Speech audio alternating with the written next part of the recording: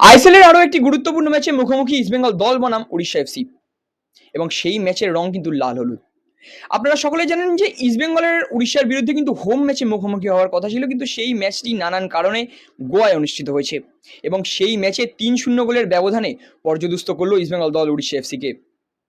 আপনারা সকলে জানেন যে ইস্টবেঙ্গল দল নানান চোটাঘাত সমস্যার মধ্যে দিয়ে ভুগছে এবং সেখানে মিগুয়েলের সাসপেনশনও রয়েছে, যার জেরে কিন্তু উড়িষ্যা এফসির বিরুদ্ধে প্রথম একাদশে মোহাম্মদ রাশিদ, আনোয়ার আলীর মতো খেলোয়াড়কে রাখা সম্ভব হয়নি, কারণ পরবর্তী ম্যাচগুলো কিন্তু আরও কঠিন হতে চলেছে। যদিও পরবর্তী সময়ে মোহাম্মদ রাশিদকে মাঠে দেখা গিয়েছে। আজকের ম্যাচের কথায় যদি আসি, প্রথম অর্ধ থেকেই প্রচণ্ড আক্রমণাত্মক দেখা গেছে ইস্টবেঙ্গল দলকে। পাল্টা আক্রমণে উঠে এলেও উড়িষ্যা এফসি কিন্তু অত ভয়াবহ আক্রমণ তৈরি করতে পারেনি এবং আজকের খেলার শুরুতেই কিন্তু ইস্টবেঙ্গল দল বিপিন সিং এর হাত ধরে ১ গোলে এগিয়ে যায় এবং পরবর্তী সময়ে উড়িষ্যা এফসি আক্রমণ তৈরি করলেও সেইভাবে প্রভাব ফেলতে পারে না এবং প্রথম হার্ধ কিন্তু একেবারে ১-০ গোলের ব্যবধানেই শেষ হয়। দ্বিতীয়ার্ধের শুরু থেকেই ইস্টবেঙ্গল দল আক্রমণ সানালেও পাল্টা আক্রমণগুলো কিন্তু বেশ ভয়াবহ হচ্ছিল উড়িষ্যা এফসির, কিন্তু তার পরবর্তী সময় অ্যান্টন সজবার্গের পরিবর্তে খেলোয়াড় হিসাবে নামা স্টিফেনারি, তিনি কিন্তু নেবেই ৭০ মিনিটের মাথায় যে গোলটি করেন সেটা কিন্তু একটা বাড়তি অক্সিজেন দেয় ইস্টবেঙ্গল দলকে এবং তার কিছুক্ষণের মধ্যেই আজকে জয় নিশ্চিত করা গোল, অর্থাৎ এসএসআরির আরও একটি গোল, সেই গোলে কিন্তু একেবারে ৩-০ গোলের ব্যবধানে ইস্টবেঙ্গল দল আজকের ম্যাচে জয়টা নিশ্চিত করে ফেলে। কিন্তু এই সমস্ত কিছুর মাঝেও আজকের ম্যাচে যেটা সবচেয়ে আলোচ্য বিষয় সেটা হচ্ছে জেরির মাঠে নামা।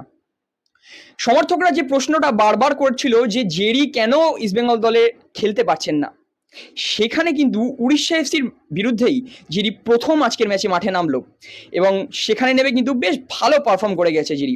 আপনারা সকলে জানেন যে জেরি কিন্তু দীর্ঘ সময় ধরে আইএসএল এর মঞ্চে উড়িষ্যা এফসির হয়ে খেলে গেছে এবং সেখানে দাঁড়িয়ে উড়িষ্যা এফসির বিরুদ্ধেই জেরি ইস্টবেঙ্গল দলের হয়ে প্রথম ম্যাচে মাঠে নামলো। বাকিটা আজকের ম্যাচে কি কি হলো বৃত্তান্ত আমরা শুনে নেব দেবাশিস মুখার্জি এবং অলোক মুখার্জির কাছ থেকে।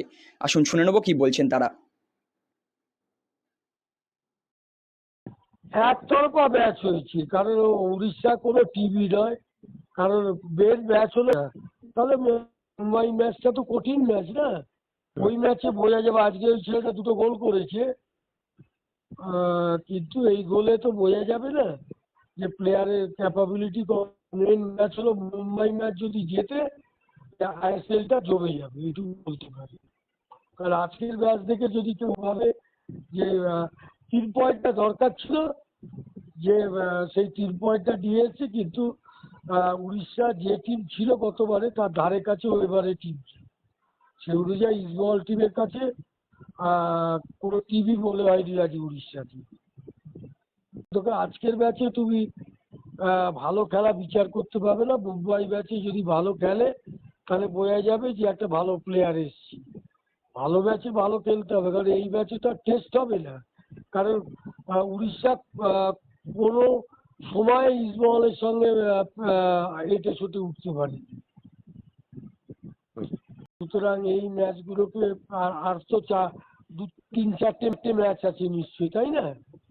কারণ মুম্বাই ম্যাচটাকে দেখতে হবে, কিন্তু এ তো নতুন খেলছে ইস্টবেঙ্গলের স্ট্রাইকারটা, আর আর মোহনবাগানের ও তো ২-৩ বছর ধরেই আছে।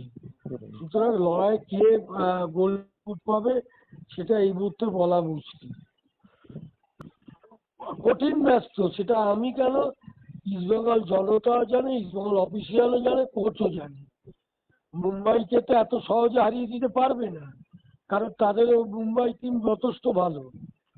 আর দেখবে সবসময় আমাদের ইস্টবেঙ্গল মোহনবাগান এগেন্স্টে মুম্বাই খুবই ভালো খেলে, এবং বিশেষ করে মোহনবাগান এগেন্স্টে। সুতরাং লড়াই আছে। হ্যাঁ নিশ্চয়ই জিততে তো হবে তোমাকে, কারণ ডার্বি ম্যাচই আসল খেলা।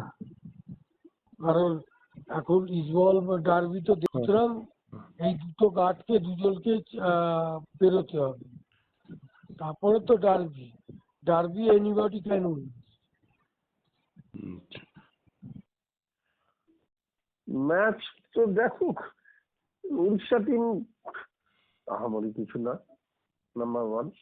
নাম্বার টু হচ্ছে যে তোমার ইস্টবেঙ্গল টিমের অস্কার যথারীতি সেই একই এক্সপেরিমেন্ট, উনি 3টে ডিফেন্স,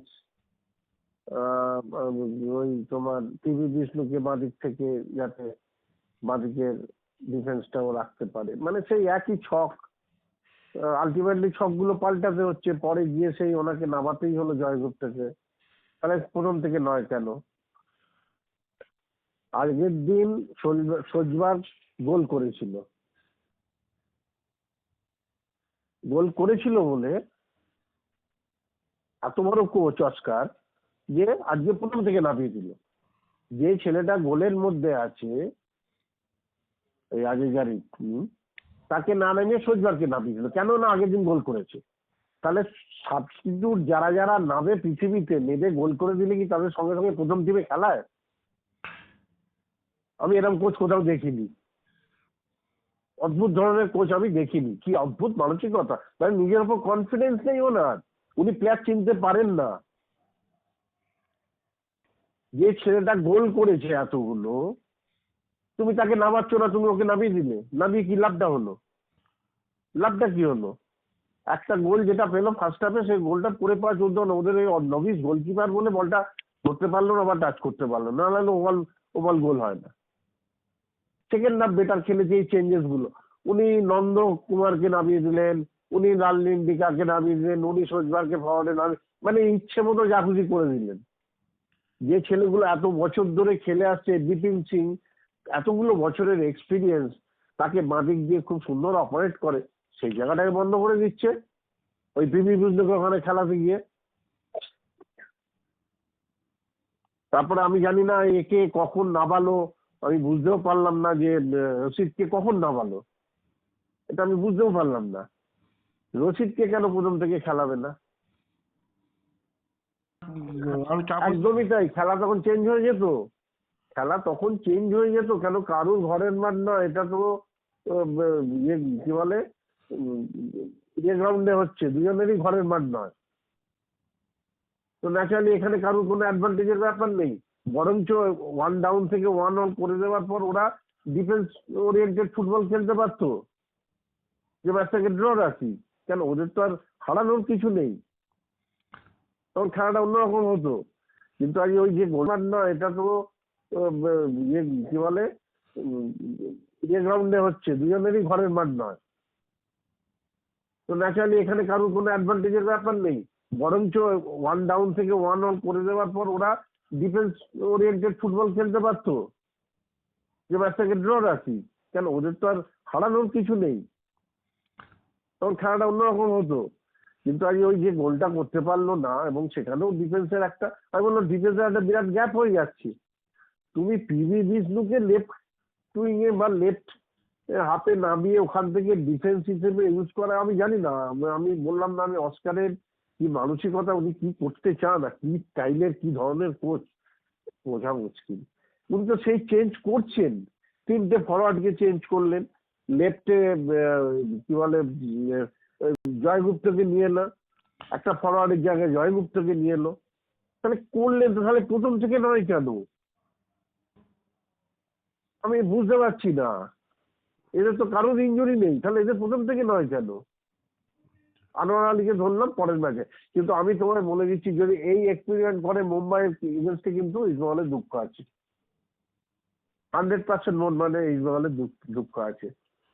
যদি এই এক্সপেরিমেন্ট উনি করেন, মিগুয়েল থাকবে না, মাঝমাঠে ক্রেসপো আর রশিদ, আর তারপরে যদি এই পিভি বিষ্ণুকে আবার বাঁদিক দিয়ে উনি খেলিয়ে ইয়ে হিসেবে কি বলে ডিফেন্ডার কাম উইঙ্গার হিসেবে, তাহলে আবার একটা বড় ভুল করে ফেলবেন। কারণ এমনি জিকসানের জায়গায় আনোয়ার আলী আসবে নেক্সট ম্যাচে, রকিব ডান দিকে থাকবে, বাঁ দিকে জানি না উনি কি করতে চাইছেন, আমি বলতে পারবো না। আমি ঠিক এই ফুটবলটা দেখতে অভ্যস্ত নই। আমি এমন কিছু নয় যে আমি বলবো আমি অভ্যস্ত হইতে না, নর্মাল যে ফুটবলটা হয়, সারা পৃথিবীতে যে খেলাটা হয়, সেটা একটা সিস্টেমে চলে। 3টে ডিফেন্স নিয়ে খেলতে গেলে একটা টিমের সিস্টেম অন্যরকম হবে। আমি হঠাৎ করে 4-4-2 কি 4-3-2 এইসব খেলতে গিয়ে আমি 3টে ডিফেন্সে খেলতে আরম্ভ করলাম, 4টে ডিফেন্স থেকে, তাহলে তোমাকে সেইভাবে সেইভাবে খেলাতে হবে, তবে হবে, তা নাহলে হবে না। দেখো, সবচেয়ে বড় প্রশ্ন হচ্ছে আগে দেখতে হবে ইস্টবেঙ্গল মুম্বাই সিটি ম্যাচটা কি হচ্ছে এবং গোয়া মোহনবাগান ম্যাচটা।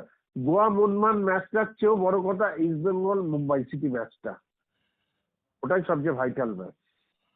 গোয়া মুম্বাই ম্যাচ, গোয়া মোহনবাগান ম্যাচ নিয়ে আমি অতটাও করছি না, কারণ গোয়া মোহনবাগান যদি হেরেও যায় তাহলেও লাস্ট ম্যাচ জিতলে মোহনবাগান এমনি চ্যাম্পিয়ন হবে, 3টে ম্যাচ জিতলে মোহনবাগান এমনি চ্যাম্পিয়ন হবে।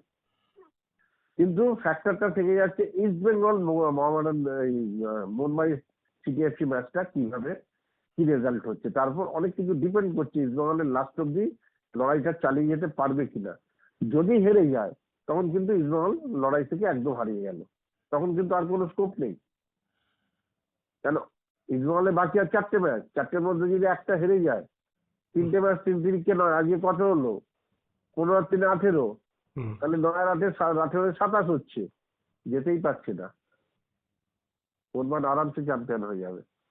সুতরাং এই মুহূর্তে ভাইটাল ম্যাচ হচ্ছে East Bengal versus Mumbai city FC, ওই ম্যাচটার উপর অনেক কিছু ডিপেন্ড করছে। ইতিমধ্যে আপনারা শুনে নিলেন অলোক মুখার্জি ও দেবাশিস মুখার্জির আজকের ম্যাচ নিয়ে বিস্তারিত বক্তব্য। এরকমই ইস্টবেঙ্গল মোহনবাগান নিয়ে যাবতীয় আপডেট রাখতে চোখ রাখুন আপনারা আমাদের চ্যানেলে। ধন্যবাদ।